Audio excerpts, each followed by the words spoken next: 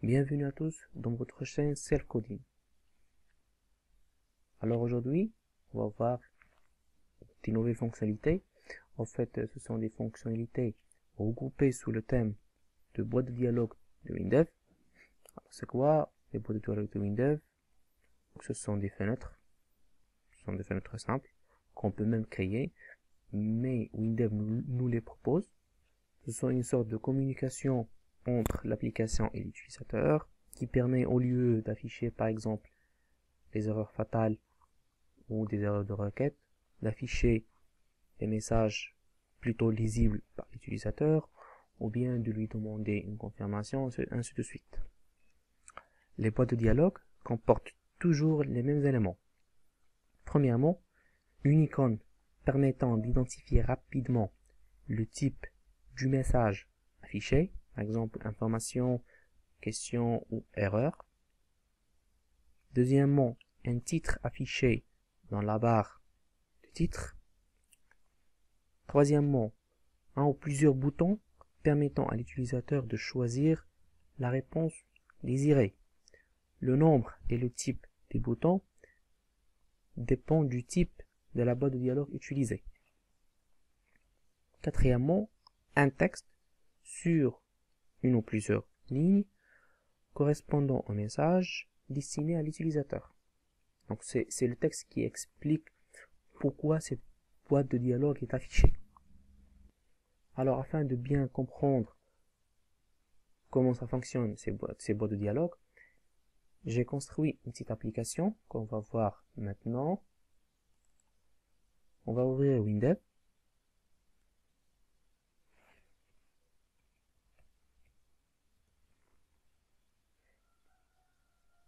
Cette petite application englobe la totalité des boîtes de dialogue qui propose WinDev.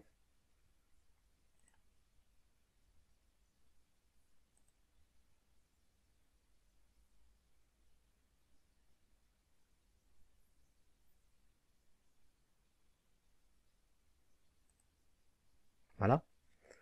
Alors ici, comme vous pouvez le voir, il y a une multitude de boutons. Chaque bouton permet d'afficher une boîte de dialogue. On va voir une par une. On va voir chaque fonctionnalité de chaque boîte de dialogue. Alors maintenant, on va lancer notre application. Voilà. Donc, comme premier boîte de dialogue, on trouve avertissement.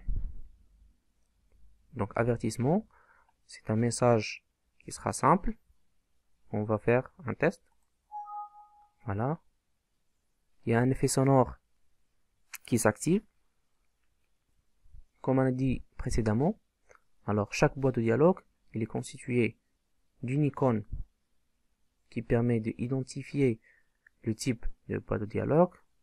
Cette boîte de dialogue est avertissement, donc on a une icône d'avertissement, un titre de boîte de dialogue, des boutons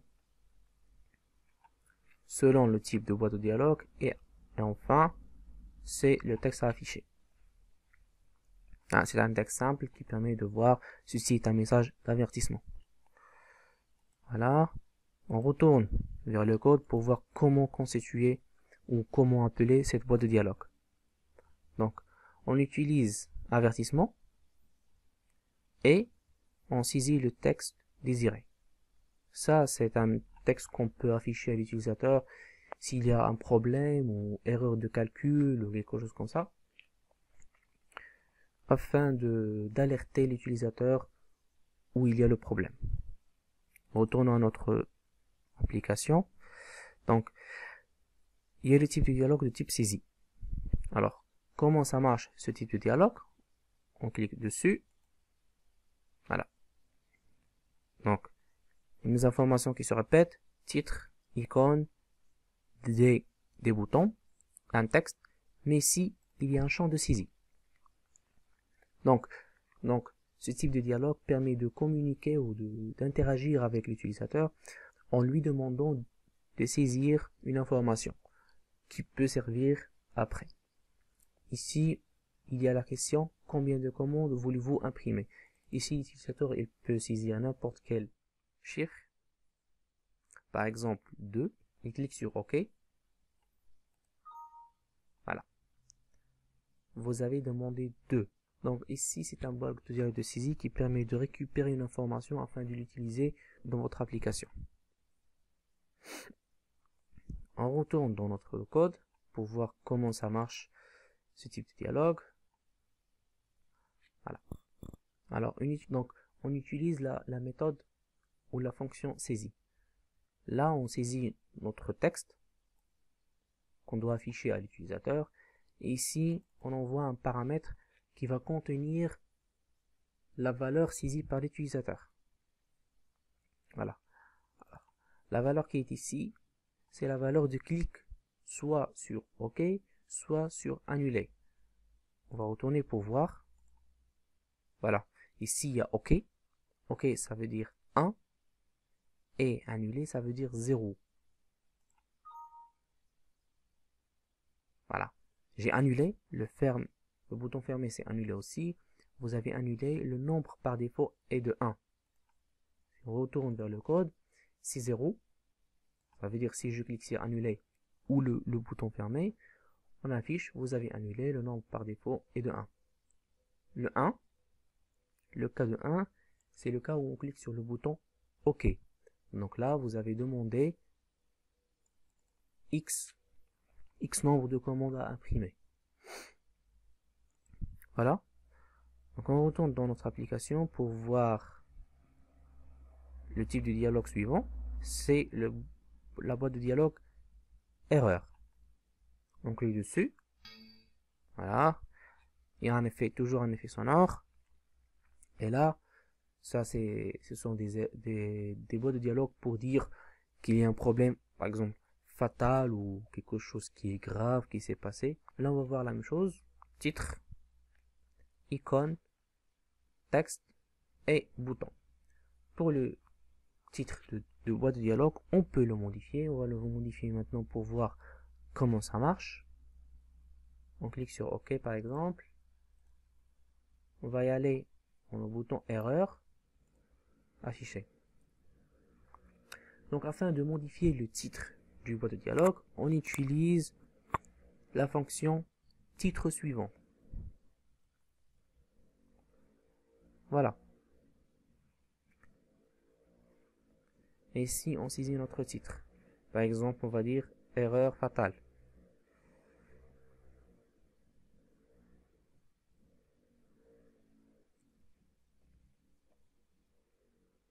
On va faire un peu d'exclamation pour faire peur.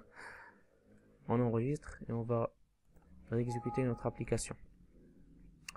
Donc on clique sur le bouton erreur. Voilà. Le titre du boîte de dialogue est modifié. Retournons pour voir comment on a utilisé cette boîte de dialogue en utilisant la méthode ou la fonctionnalité erreur. Ainsi de saisir le texte à afficher. Par exemple, impossible de basculer en mode automatique. Voilà. On retourne vers notre application. On va voir la suivante. La boîte de dialogue suivante, c'est erreur avec délai. Cette fonctionnalité permet d'afficher la boîte de dialogue erreur, mais avec un compte à rebours. À la fin de ce compte à rebours, il va disparaître. On va voir. Par exemple, c'est impossible de traiter la commande. Vous voyez qu'il y a un compte à rebours ici. Voilà. Il disparaît tout seul. On va cliquer pour voir. Voilà. Avec OK, il y a 4 secondes. 3, 2, 1. Voilà. Il disparaît. Donc ce sont des messages soi-disant informatifs qui n'ont pas besoin d'une validation de l'utilisateur. On va voir comment on a constitué cette boîte de dialogue. Alors cette fonctionnalité doit avoir deux paramètres. Le premier, c'est la durée à afficher le message. Le deuxième, c'est le texte à afficher. Ici j'ai mis 500, c'est 500 millisecondes. Donc c'est une conversion de 5 secondes afin de bien voir ma boîte de dialogue. Voilà. Voilà. On va passer à la boîte de dialogue suivante. C'est erreur construit. On va voir qu'est-ce que cette erreur construit. Impossible de traiter le fichier numéro 70. Alors, la boîte de dialogue erreur construit permet de recevoir un paramètre afin de l'afficher avec le texte destiné à l'utilisateur. On va expliquer tout dans le code.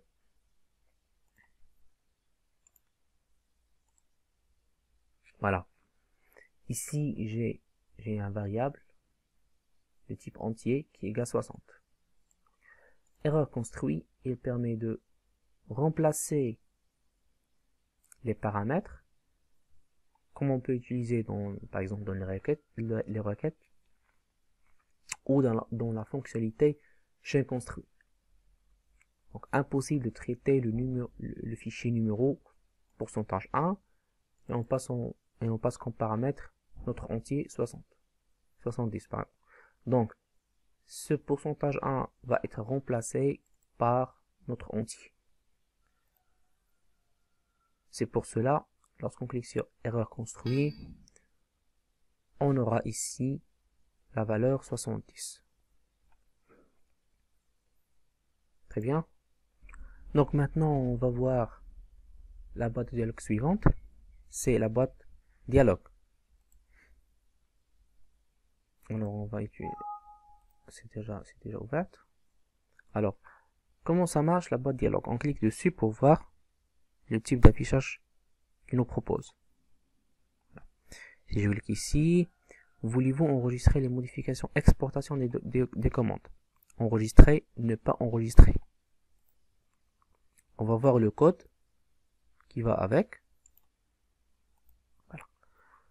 Donc, pour ce type de boîte de dialogue, on utilise la fonction dialogue. Donc, ces fonctions permettent d'avoir plusieurs types d'appels. Donc, soit un appel simple. Que veut dire simple? C'est d'utiliser juste, soit de passer en paramètre juste le texte affiché, ou bien de construire une partie de notre texte par un paramètre, et ainsi de suite. Donc selon ce qu'on a cliqué dessus, on utilise ou on traite le code liséré. Donc si je clique sur le bouton enregistrer, c'est le cas 1. Donc ici on va saisir le texte ou le traitement qu'on va faire. Sinon, si on clique sur le bouton ne pas enregistrer, là ici on peut saisir ou faire un traitement bien spécifique.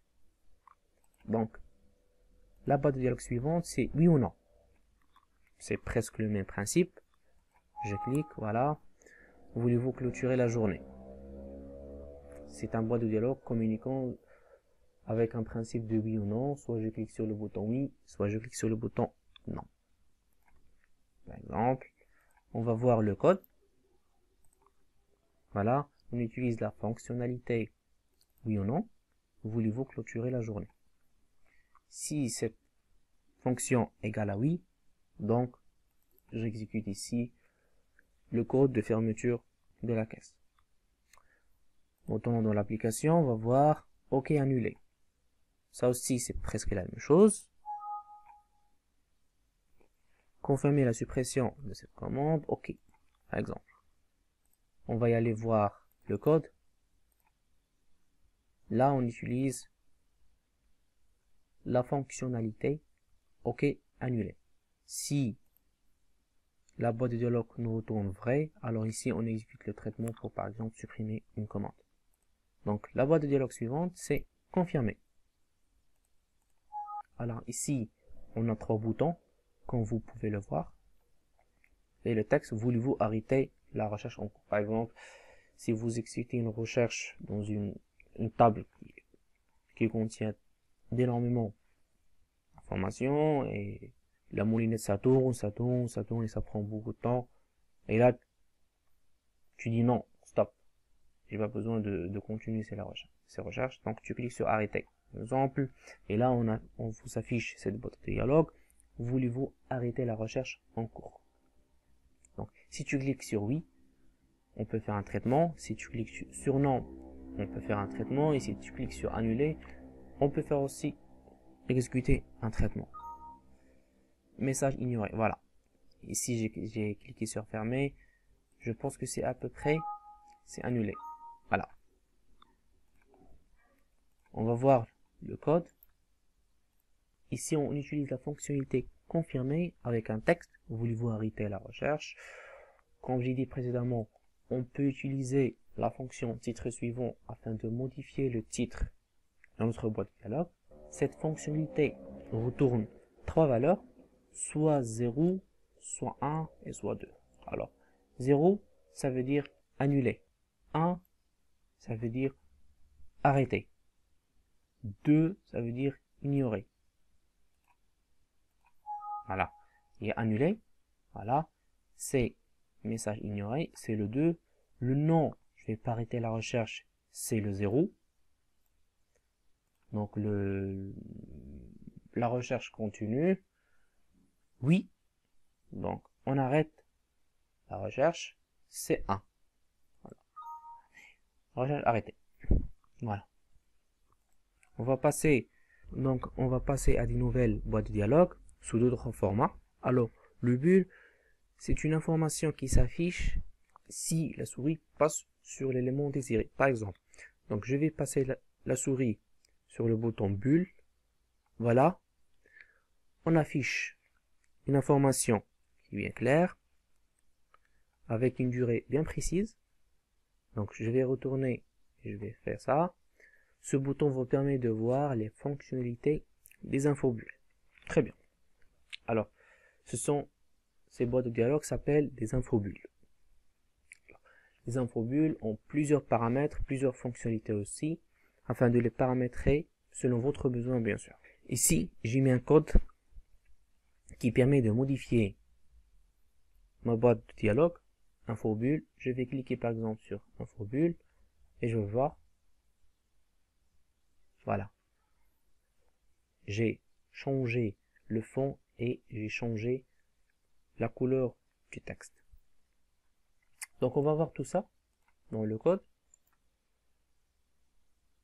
Cette fonctionnalité elle est vraiment utile pour faire des descriptions des boutons, par exemple des boutons qui font beaucoup de traitements. Donc on peut citer tous les traitements qu'il fait afin d'expliquer ou de faire comprendre aux gens comment ça marche avec ces boutons par exemple. Donc premièrement, afin de voir comment afficher l'infobulle, on va y aller dans les paramètres ou les propriétés du bouton. On va y aller dans, par exemple, aide. Voilà. C'est ici on saisit notre texte de l'infobulle. C'est dans le bulle d'aide. Ce bouton vous permet de voir les fonctionnalités des infobulles. OK. Et là, ce sont des modifications et des traitements que j'ai fait afin de modifier le texte et le fond d'écran de mon infobulle. Alors ici, il y a la fonction bulle active. Donc bulle active, il permet d'activer ou désactiver l'infobulle sur un élément. Donc ici, j'ai désactivé l'infobulle afin de faire les modifications nécessaires. Et à la fin, je l'ai activé pour l'afficher.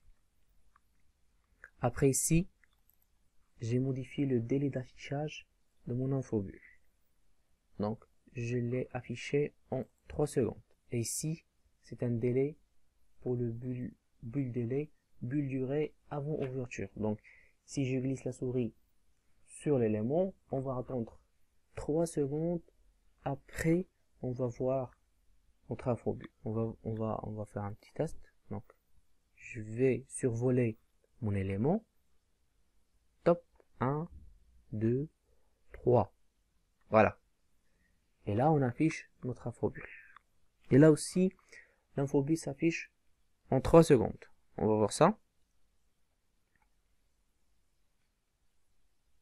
Top, 1, 2, 3. Voilà. Donc après, bulle couleur. Bulle couleur, c'est une fonctionnalité qui permet de modifier la couleur du texte dans notre infobulle. Donc je l'ai mis à 0. Donc ça, le premier paramètre permet de modifier la couleur du texte, le deuxième, la couleur du fond de notre infobulle. Alors ici, on peut modifier même le texte de notre infobulle. Et enfin, je l'ai activé en utilisant la fonctionnalité bulle active égale vrai. Donc la boîte de dialogue suivante, c'est jauge. Donc jauge, elle permet de voir l'état d'avancement d'un traitement qui est lent. Ça assure l'utilisateur que le traitement, il marche encore et que l'application ne plante pas. Je vais cliquer pour voir comment ça marche. Voilà. Ici, on va voir un avancement du traitement. Il reste, exemple, 0% à effectuer. Je recommence.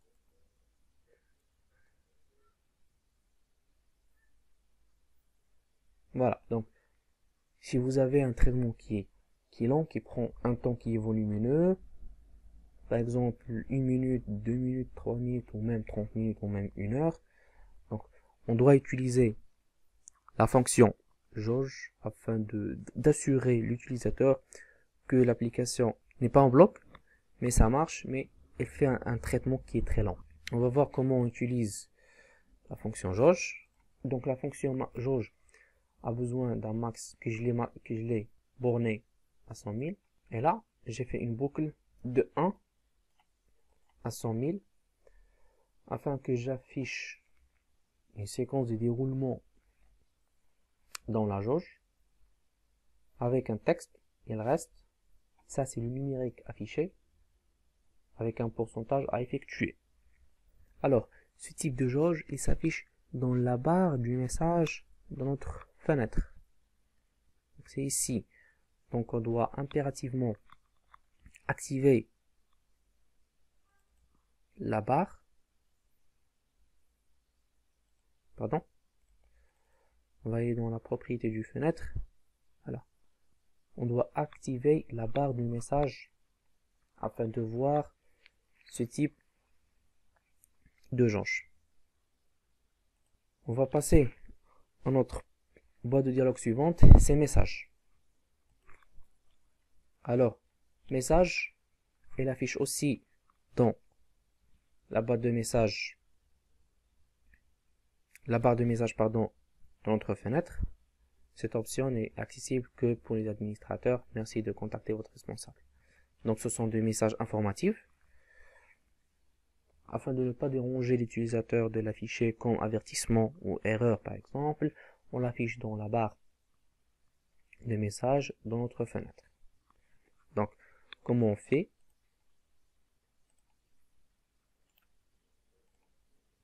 On appelle la fonction message et on saisit notre chaîne à afficher. Voilà, c'est ça. Alors ici, j'ai créé un autre code qui permet de créer, ici, on va créer une autre partie dans la barre de message afin de laisser la partie du jauge séparée de la partie du message. Par exemple. Et donc j'ai besoin de la partie message dans la barre des titres des messages afin de placer notre texte. Donc ici, je vais double-cliquer sur la barre des messages. Voilà. Je vais faire nouveau. Et ici, je vais créer ma partie message. Voilà, comme vous pouvez le voir ici, la barre de message est séparée en deux parties. Il y a ici un séparateur. Je vais l'agrandir un petit peu. Je vais le mettre au milieu et je vais réexécuter mon application. Je vais voir mon message. Message, voilà. Le message s'affiche dans la partie désirée. On va passer à la prochaine boîte de dialogue, c'est message ajoute case. Je clique sur le bouton. Là, cette fonctionnalité nous permet d'ajouter une partie dans la barre de message afin de permettre d'afficher des messages bien spécifiques. Par exemple, je veux afficher mon message dans cette partie. On va voir comment pour bien expliquer la chose. Donc, message ajoute case. il permet d'ajouter une case à la barre des messages qui va se nommer ma jauge avec une largeur de 200 avec un fond gris clair. Donc là, je vais dire à mon message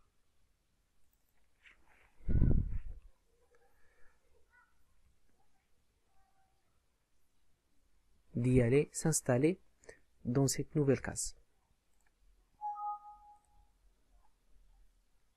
On va ajouter la case et on va afficher le message. Voilà. Alors le message s'installe bien dans la nouvelle case. La prochaine fonction, c'est supprime case. Donc, bien sûr, on va supprimer une case. Voilà. On peut ajouter et on peut supprimer les cases. Donc, au suivant. Donc ici, il ne nous reste que deux boîtes de dialogue. Donc toast affiche. Donc, toast affiche, ce sont des messages temporaires qui s'affichent. Voilà. On va cliquer pour voir comment ça marche. Traitement terminé avec succès. Ils sont affichés dans un emplacement bien précis, avec des couleurs bien précises, avec une durée bien précise.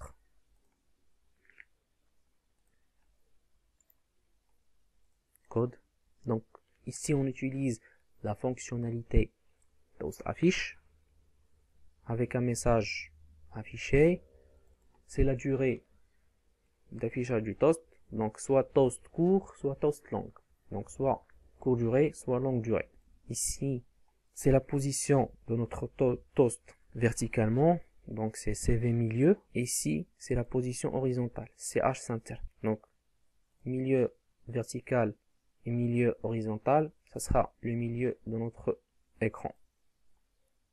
On va réafficher. Voilà. Ici au milieu. Donc on est arrivé à la dernière boîte de dialogue.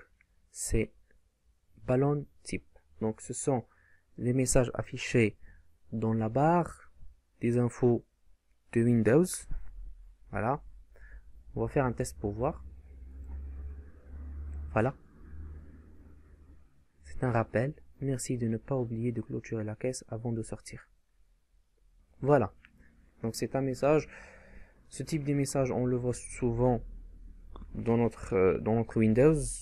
La plupart des applications nous affichent des notifications afin de nous prévenir ou de nous informer des informations ou des nouveautés dans notre application. Ce type de boîte de dialogue, il a plusieurs paramètres. Comme vous pouvez le voir, il disparaît dans un temps précis. Donc là, on va voir comment utiliser ce type de boîte de dialogue.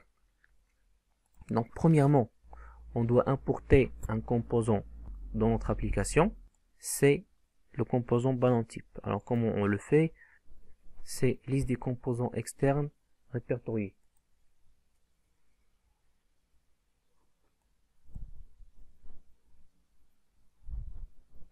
Voilà.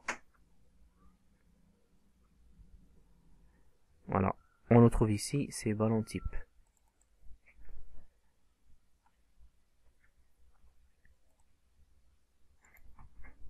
Et on y clique sur importer afin de l'importer. Moi, c'est déjà intégré. C'est pour ça qu'il m'affiche ce type de message. Donc, lorsqu'on l'importe, on va y aller dans la description dans notre fenêtre. Si ce message sera destiné que lorsque cette fenêtre est affichée, donc on va déclarer notre ballon type ici, dans la description, dans la déclaration globale de la fenêtre. Je l'ai nommé CN, mon message est un ballon type. Et afin de l'afficher, on va y aller dans le bouton. Ici, j'ai créé une petite méthode. Voilà. Donc, j'ai mis une condition dans le cas où le message n'est pas affiché. Donc ici, j'instaure les paramètres nécessaires afin d'afficher notre ballon type. Alors, ici, on a besoin d'une icône qui sera affichée ici, comme par exemple ici pour le chargement, pour le Wi-Fi, pour le haut-parleur. Ici, c'est le titre d'infobulle dans notre ballon type. Voilà, ici, c'est le message titre rappel, ici c'est le type de message. Donc ici on peut afficher plusieurs types de messages, info, erreur, avertissement et ainsi de suite. C'est le délai, je l'ai instauré à 5 secondes, et le texte à afficher bien sûr. Voilà, jusqu'à maintenant notre ballon type est prêt à être affiché, donc on utilise la fonction ballon type affiche, c'est elle qui permet de nous afficher notre ballon type. Eh bien, on est arrivé à la fin de notre vidéo. Merci de votre patience. N'hésitez pas de cliquer sur j'aime sur cette vidéo et de s'abonner dans ma chaîne Self Coding. Merci à vous et à bientôt dans une nouvelle fonctionnalité de WinDev.